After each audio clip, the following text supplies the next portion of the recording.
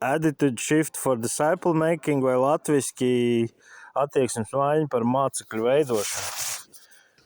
Viena no pirmām angliski izlasītām grāmatām, tāpēc, ka maziņa, tad snack grāmatiņa, kaut kad iepriekš centos lasīt angliski, bet iesprūdu, bet šī bija tāda, pati saistoša tēma kā tāda, man liekas, un arī nav baigi tur sarežģīt un tā, bet ir labi.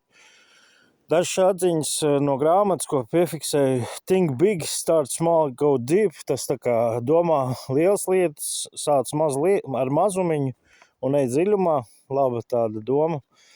Un kas man uzrunāja, ka ļoti praktiski 2-3 cilvēkus mēģini piesaistīt, uzrunāt, pateikt, hei, gribu iepazīt vairāk kaut ko pa Jēzus Kristu, nākam kopā lasam vārdu. Ļoti elementāri, praktiski tā kā ieteikumi un arī tā prāta maiņa, ka nevis vienkārši tu dara labas lietas, bet kad mainīt to fokusu uz tevis valstības kontekstu.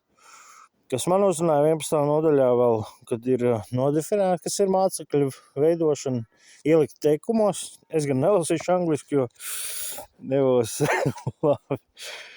Un ir kādas labas lietiņas un dienas beigās jautājums, ko arī autors beigās raksta, ka neko jau jaunu tu neuzinās, bet svarīgi, ko tu gribi panākt, ne? Vai tu gribi tiešām iesākt to darīt, vai tu tikai gribi filozofēt un bla, bla, bla.